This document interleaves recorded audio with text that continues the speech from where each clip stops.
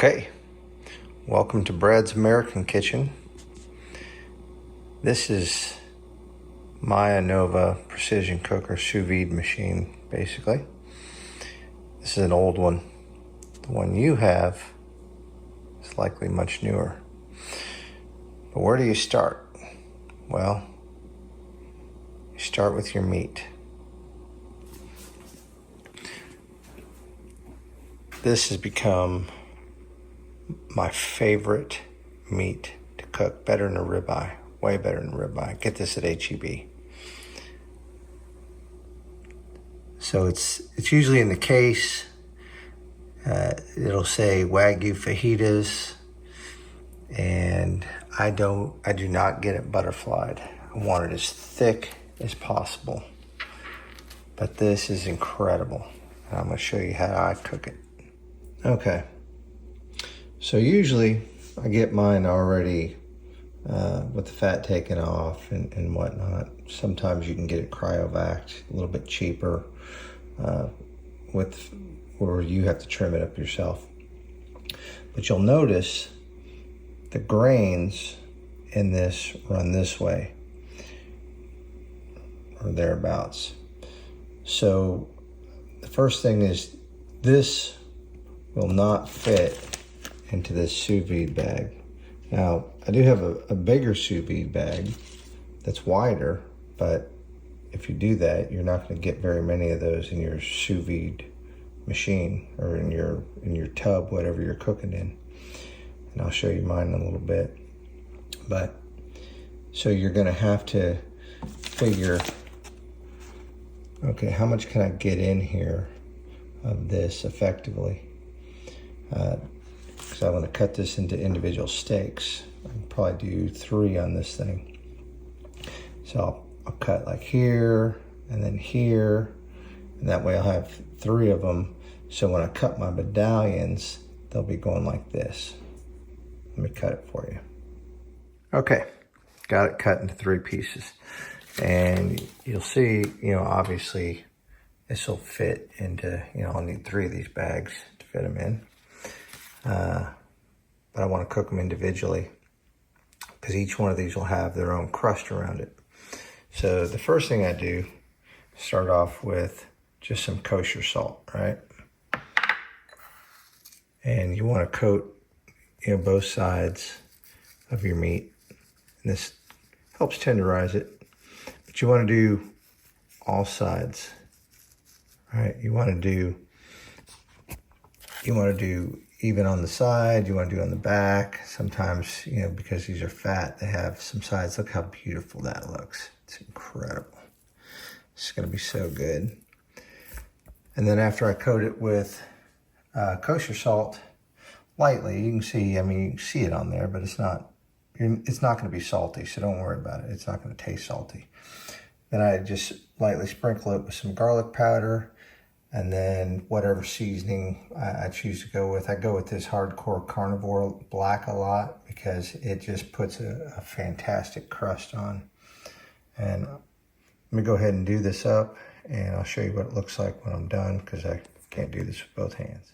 Okay, this is what they look like after I've dusted them and put my seasonings on them. Now, again, don't worry, they're not going to be salty. They're just going to taste phenomenal. So another thing is I usually don't season them on my cutting board. I usually, if they're in butcher paper, I'll just open the butcher paper. I'll season them on the butcher paper, and that way I can, roll the dust around a little bit on the paper to, not have as much waste. You see, I've got some all over the darn place now. Or I get one of these little tins and I'll do it in there because right now I'm not going to put it in the vacuum sealed bag yet because I want it to lay on here and I want the seasoning to go in. So basically I'm just gonna, put them in here the best I can.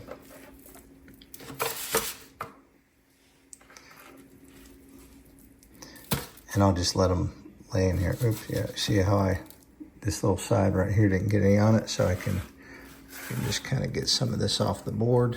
That's kind of what I would do with the paper. And then it looks good. So I'll let it sit in here for a couple hours until I'm ready to drop it in, because right now it's, you know, like 8:30 in the morning. I probably won't put them in my sous vide cooker till about 1 p.m. and then I'll plan to eat somewhere between 5 or 6. So the good thing with sous vide is you can't overcook. The longer you cook, the tender your meat's going to be, though. So, you know, you go 10 hours with this, the meat's just going to be gooey. But anywhere from 3 to, you know, 6 or so hours, 7 at the outside probably for, you know, a ribeye or something like this, you're fine.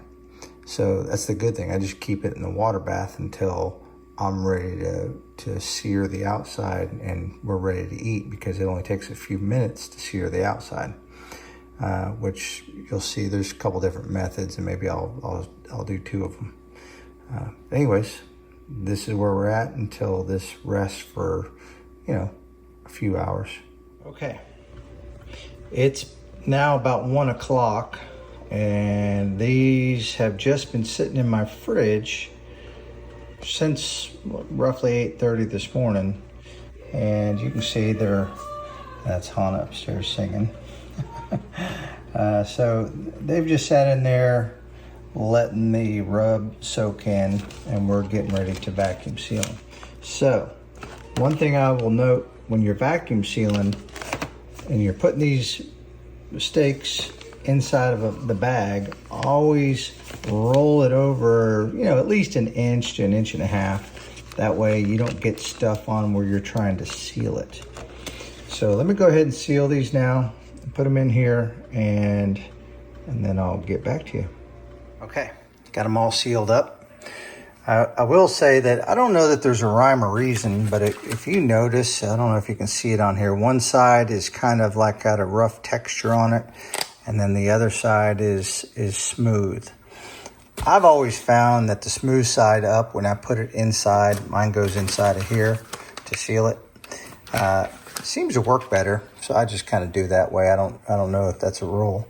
But the one thing I will say is I've got this upright model, which is a Food Saver V3835. I like it okay. Yeah, I'm not going to go buy another one, but to do it over again, I'd probably get a flat one. And the reason is because you can, with the flat one, where you manually open it and close it, this one will automatically, when I shove it in this slit right here, it'll catch and then and vacuum out.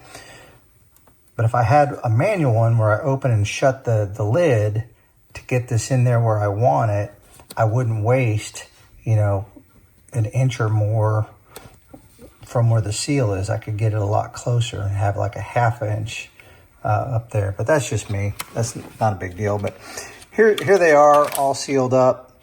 And now I'm going to get my water bath ready. And one thing I will say is on things like these, you know, Wagyu, fajita, highly fatty, or like a ribeye, you don't really need to put any kind of butter or anything inside the bag.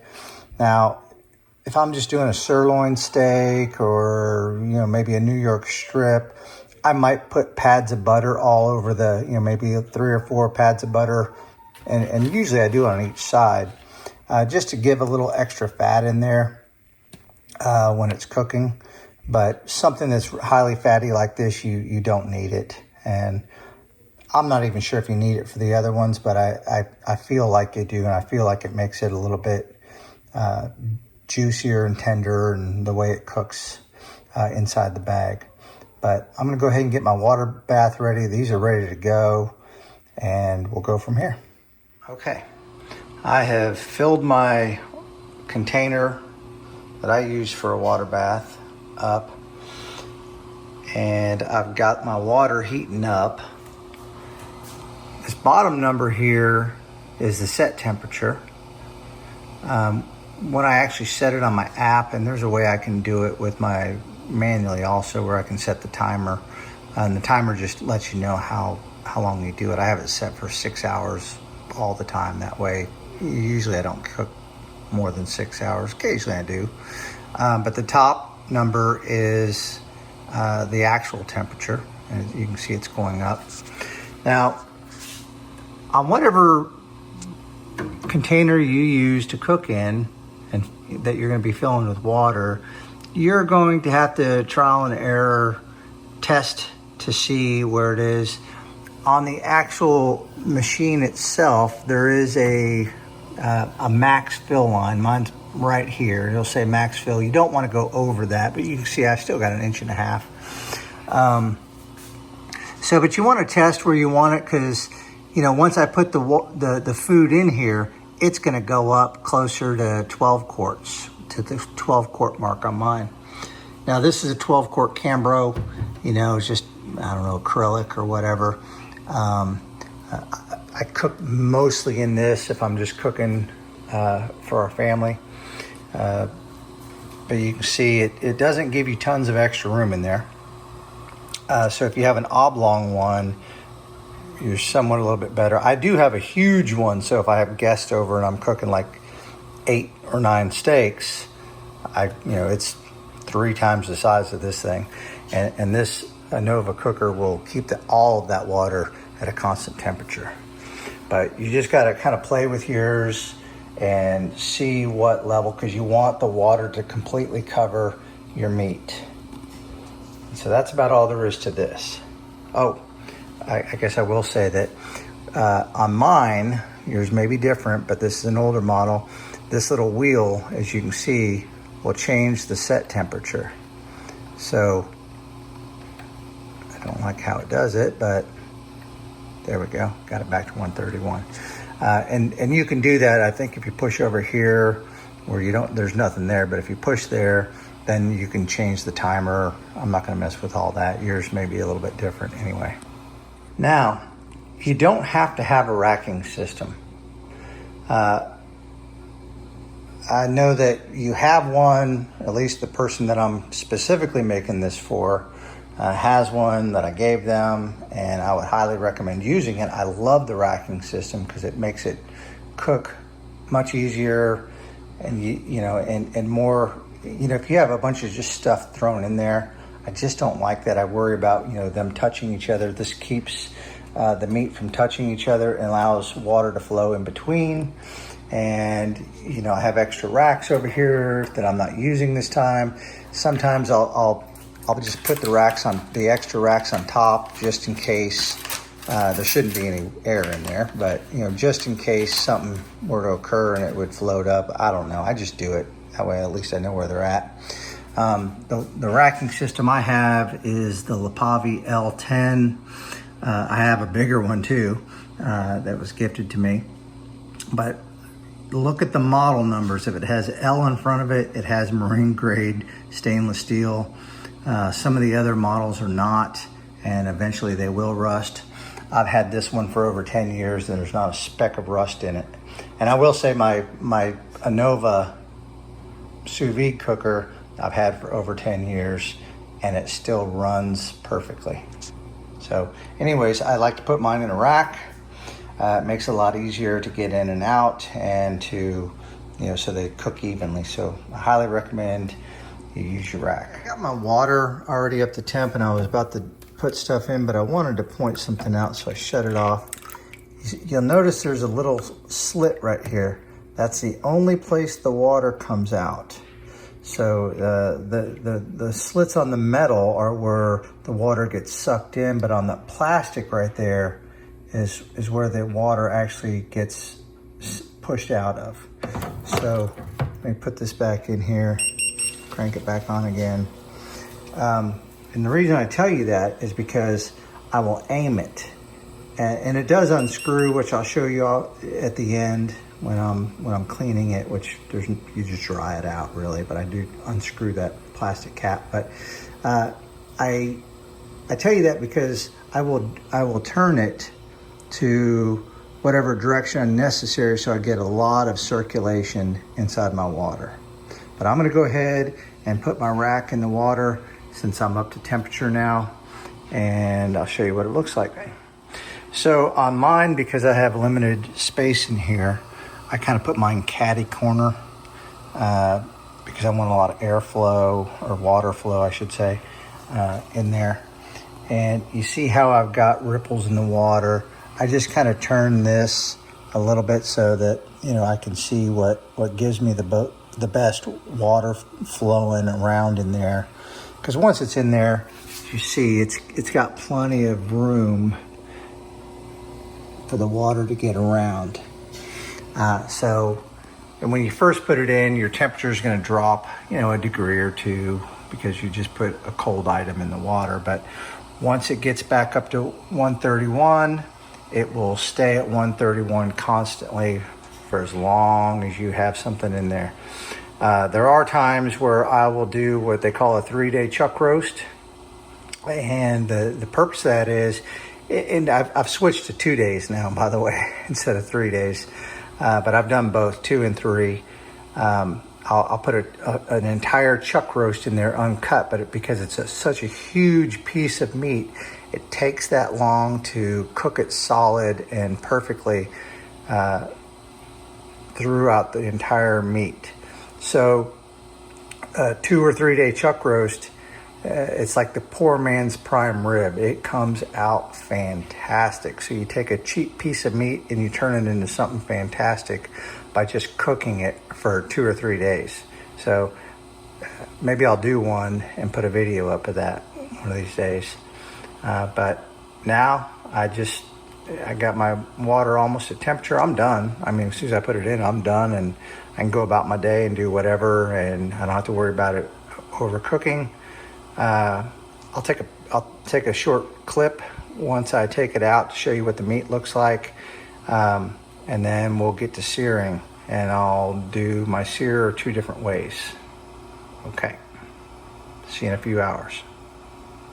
Okay, it is 7:12 p.m. Now we're getting ready to eat. You can see it's still at 131. It will never change. And I'm about to pull the meat out and take it out of the vacuum seal pouches and get it ready to take outside and sear. I have turned my grill on to get the grill hot. I also got my flamethrower out, which is my preferred way of searing the outside. And that's it. I'll take these out and show you what it looks like after I take it out of the pouches. Okay, I have taken them out of the bags, and you will see they're very soft, but they don't look super great now. That's only because they haven't been seared on the outside. But the meat is super tender, and it's perfect on the inside. At 131 is a medium. When they're cut open, it'll almost look like it's rare, but it's technically a medium. It's 131 degrees. The entire meat has been cooking now for over 6 hours. So it's going to be fantastic. So I'm going to take it outside now and sear it. I'm going to use the flamethrower, and we'll go from there. I forgot one thing. So this is optional. This is Wagyu beef tallow that I get. You can buy it off of Amazon. Sometimes you can find it at stores. But after I'm done searing the outside, I spread some of this beef tallow on the bark or the crust of the meat just to make it even better. But you don't have to, especially not with something it's like this, or a ribeye, or something that has a lot of fat content to it already. It's just something I prefer. You don't have to do this though. Okay, about ready to grill these babies. Here's my steaks. This is my searing station. I think everyone knows how to sear a steak. Mine gets up to, I think it's 18,000 BTUs. This is a Napoleon Prestige Pro 500. It's pretty old. It's, I don't know, 10, 11 years old now. But my searing station still works pretty good. But I don't use it as much anymore because I got this. And this is my sous vide gun. It's a flamethrower, and it allows me to sear every portion of the body of the steak perfectly. So I'm just going to use this. I kind of figure everyone knows how to sear a steak, but this is more fun. So let's get started. Okay, I got it lit, and how you do it is you go like that. I won't do the whole thing on video, but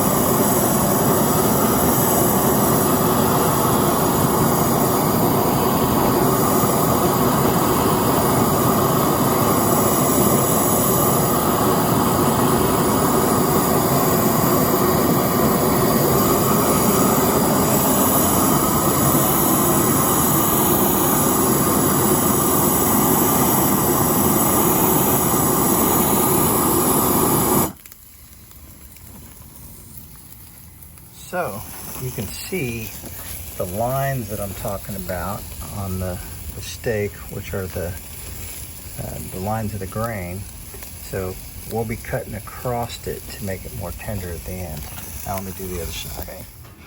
So now I just took it off. It's still really hot. Now all I do is I take some of this Wagyu beef tallow and just kind of rub it on the crust or the bark, however you want to call it, and let it sit on there, and it just soaks into the meat and makes it really, really tender. So all that stuff will just melt here in just a few minutes. Okay, we are back in. Look at how beautiful that is, especially with the fat on that crust. Oh, it looks so good. Trust me, it's going to be awesome. Now, remember how I told you about the fat grains? I got it turned this way, so the fat grains are going that way. And we're going to slice it going this way so that we get perfect slices. That makes it, you'll get the absolute most tender when you slice against the grain. And really, that's about it. I guess I'll show you just me taking the sous vide apart to dry, which takes like 2 seconds. Okay, and this is what it looks like inside. See how it looks very red, almost like you think it's medium rare, but it's actually medium. And it's edge to edge perfection, and it is incredible. Okay, we have all eaten, and I just took this out of the water. And all I'm gonna do is, the water's clean, there's no food in it, just water that was heated up, is I'm gonna take this little plastic shroud off. It's very simple. I don't think I can show it. Let's see if I can do it with one hand. It just twists right off. There we go. And that's it. It's got 3 little prongs on there. Now you wanna be careful about this little fan right here. You don't want it to hit anything. And I just let it lay out on a towel overnight and put it back together in the morning and put it up. That's all there is to it. Very simple.